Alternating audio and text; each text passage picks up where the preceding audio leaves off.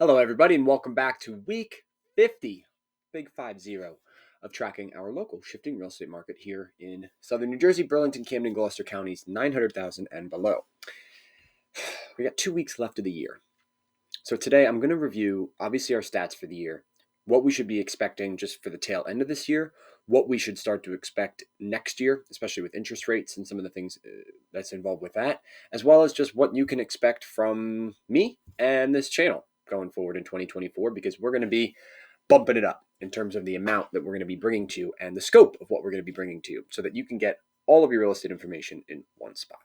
Now, this week, in terms of the actual numbers, so let's talk about what I think probably the biggest category that we should be involved with and thinking about in terms of how can my search of either purchasing a home or selling a home next year, how will that go?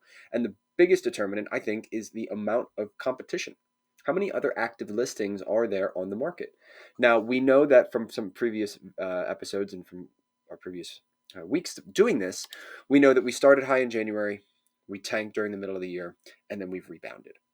We're still at high inventory compared to the rest of the year. Now, year over year, we're still fairly down. So what we would like to see is that just continue to increase. We're hovering around the 1,500, 1,600 range. I would love to start to see this up in the 1,700, 1,800, 1,900 range. To me, that would start to mark a really efficient market.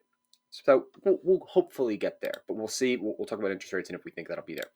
Not all that unsurprising. We are a little down. New listings, under contracts, and closed. I've already had 2 to 3 buyers who have just said, "Hey, I'll talk to you in January. I'm sitting out for the next 2 weeks. We got the holidays, we got New Year's. We'll pick this back up in January." So I think a lot of people are feeling the same way, and we're down a little bit in those categories. Our expireds, withdrawn, and canceled, again, not all that much going on right in the middle of December, but I would expect to see an uptick of this fairly high probably the last week of December as well as that first week in January. We'll see some sort of it's the new year spike of a bunch expiring, withdrawing, maybe switching agents, all sorts of different things. And then also our price reductions. Nobody's really causing a panic right now. A lot of people are saying, "Hey, it is a slow time. I'm not going to panic and reduce my property." So that's a little bit lower actually this week than we've seen maybe as a trend line the past couple.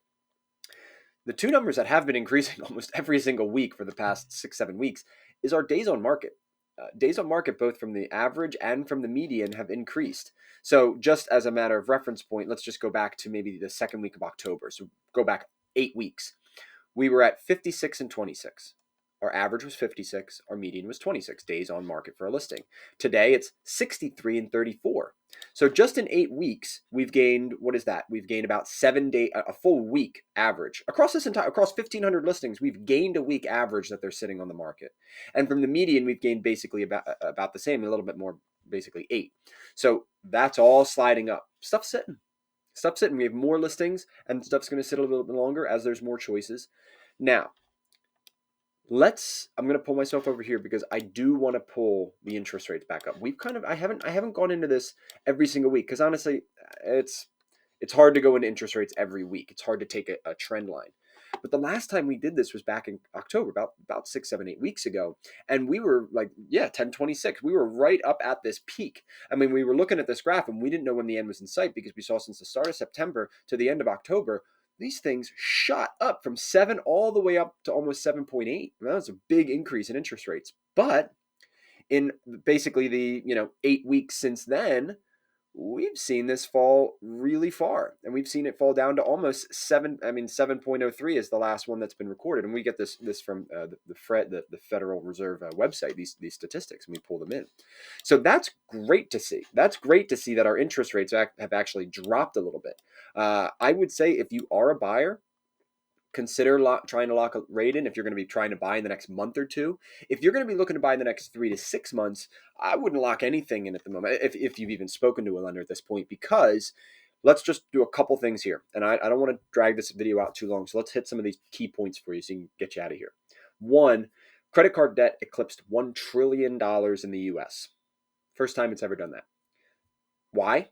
Well, the cost of everything is more expensive. Have you gone to a grocery store recently? Just take that and apply it to everything, and that's just what's happening. So as we go forward, we know that A, you're a little strapped from an affordability standpoint. Here's what I don't want to see happen. I don't want to see, and the Fed is saying they're going to be making some pretty significant drops to the interest rates in 2024. Multiple times they're going to try and be doing fairly good precipitous drops to bring them back within check. So if that for that case, I'm looking forward to that happening. But here's the problem with that. Every other buyer is also looking to make sure that these interest rates come down. And what's going to happen?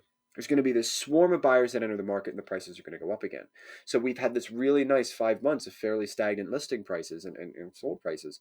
I want to make sure that you still have the opportunity to do that at the lower interest rates, but just be careful. There's going to be this kind of two-sided thing that happens, and just careful which side you end up on. The prices are stagnant now, but the rates are still somewhat high, but they're going to continue to drop. But if they start making big chunk drops, turn on the gas and throw gasoline on the fire for the entire market, it's going to turn into a COVID again. So I'll just say that.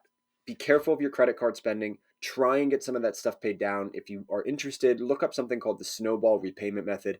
You can just read about it. It's a really helpful way and a manageable way to get your credit card bills down.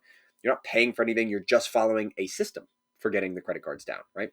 So that's all well and good. Let's just talk real quick here what you should expect from me from this shift tracker going forward.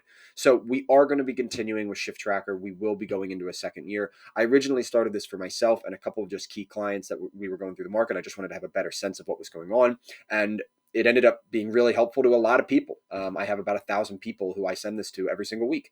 So I'm very happy that you get this. And if there's anybody else that would like to get it, please forward them or let me know and I can add them. But that's not the whole picture of South Jersey real estate. Just knowing 10 key metrics is not enough. There's so much more involved in this. And this is very helpful if you're about to list or you're about to buy. It's helpful to know the trends, but there's a lot more to this. So let me just give you a quick breakdown of what else you can expect in 2024 on the channel here. First one, obviously we're going to continue with the shift tracker here. Two, I've also started a financial readiness, we'll call it a playlist because they're going to be kind of broken down into these playlists. Financial readiness. You buy your house, now build your moat, right? I want to make sure I can protect your income and protect your ability to have that home forever. I don't ever want you to have to sell it. You may want to sell it because you're up and you're doing one of the 5 moves, which we'll talk about, but I don't want you to ever have to sell because of a financial situation that we could have planned and prepared for. So I'm going to go through interviews with different financial advisors, mortgage brokers, and things like that to give you some pretty good tangible advice that you can use, okay?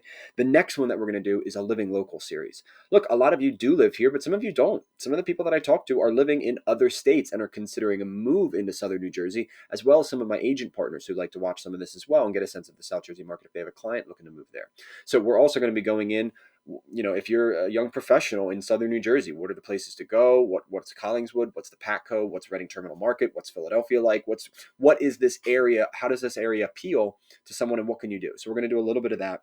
We also have, getting back to more the real estate focus side of things, we also want to do the steps of the buyer journey. Now, this isn't really important for the consumer, but inside of Keller Williams, I created what's called a SMART plan, which is just a 10-step email plan that goes out to really help educate someone on a topic matter. And so I made one for buyers about the buyer process. And again, did it out of my own kind of selfish needs. I wanted it for something that I wanted to send to clients. And it's now the 5th most downloaded SMART plan in all of Keller Williams. So I'm very happy about that. But that's, again, that's not for you. That's just telling you why I'm bringing this in. I said, well, if so many people are getting use out of it across the country, let's do a video series on it. So it's going to be a 10-part series called The Buyer Process. And it explains everything from how to get started to what is an inspection, what is attorney review, how do I reduce my closing costs, what's an appraisal gap coverage. We just go into all of it. We break the entire thing down. This way, before you ever meet with a realtor, hopefully me, but again, I'm always open to you meeting with somebody else, you'll really know what to expect. And so it shouldn't be this shell shock to learn, right? And the last two here are, a home has many parts, and there are many service professionals that service those parts. I would like to go in and hold small interviews and do little Q&As with a bunch of those people so that as you're considering maybe a roofing project, you're considering a home inspection type items, a contractor, a plumber, an electrician, home warranty, title, right? Home insurance, all these different things that kind of in some way are part of the big pie that is your home. I also want to make sure I interview them because there's a lot of good and bad out there in every one of those industries. And I've dealt with it enough to know, okay, here are some of the best tips for this industry and the worst and the things to look out for every single one. So again, just a good area you can go to find that stuff. The last one is this, and it's called the 5 moves. In our lives, most people make about 5 moves. This isn't an exact formula, but there are a lot of people who can see themselves having made 3 or 4 of these or all 5 of them, right? Obviously, you have your first time buyer, which is somewhere between the ages of 25 and 35. Then you have the growing family, which is like 30 to 40, right? So that's that second home, the growing family. Then you have that first move up, which is you're going to be 35 to 45. You have the second move up, which is going to be somewhere between like 40 and 60. And that's probably when you're at your peak earning potential in that 40 to 60 range. And then you have your downsize, right? So we have these 5 moves. And there's a lot of things to consider, especially about the time of life that you're going to be in, the type of home that you should be looking for, where do schools factor in or not as you start to go into those different types of searches. Does it make sense on your very first home to get into a premier school district? Maybe not, because by the time the kids get to it, you're going to have paid all this tax in this higher priced town for 5 to 7 years that the schooling didn't really matter anyway. So how do we plan around that? So anyway, you can see there's a lot that's going to be going into next year. And the whole goal is to make sure that you're able to find all your real estate content in one place from one field of view. And I'll just end with this. You can find all the information I tell you on the internet. I am not telling you something that's brand new. I'm giving you my spin on it. I'm giving you my local boots on the ground, expertise as much as I can and relay in real time everything that I'm seeing in the market. But the other part is having a cohesive tone. You could go on and Google a topic and you could find people from the right, the left, from the rich, the poor, from the top to the bottom, from the whatever. You get where I'm trying to go with this. And you're going to get very different fields of view. And so it's hard to follow a cohesive thread. It's hard to follow an actual plan. So what I at least try and do is take all of these things, run it through my filter as a working professional for 9 years in this market, and like, let me try and give it to you straight. Let me give you my best option for it. And that's all we're hoping to do with it. So anyway, if you have any suggestions for stuff, always feel free to reach out to me. I would expect, let's have a nice end of the year. Don't panic with anything. Don't panic with your active listings. Don't panic with getting stuff up or out. But keep an eye on interest rates and get yourself ready. Pay those credit cards down for a nice 2024. Have a great day, everybody. Bye-bye.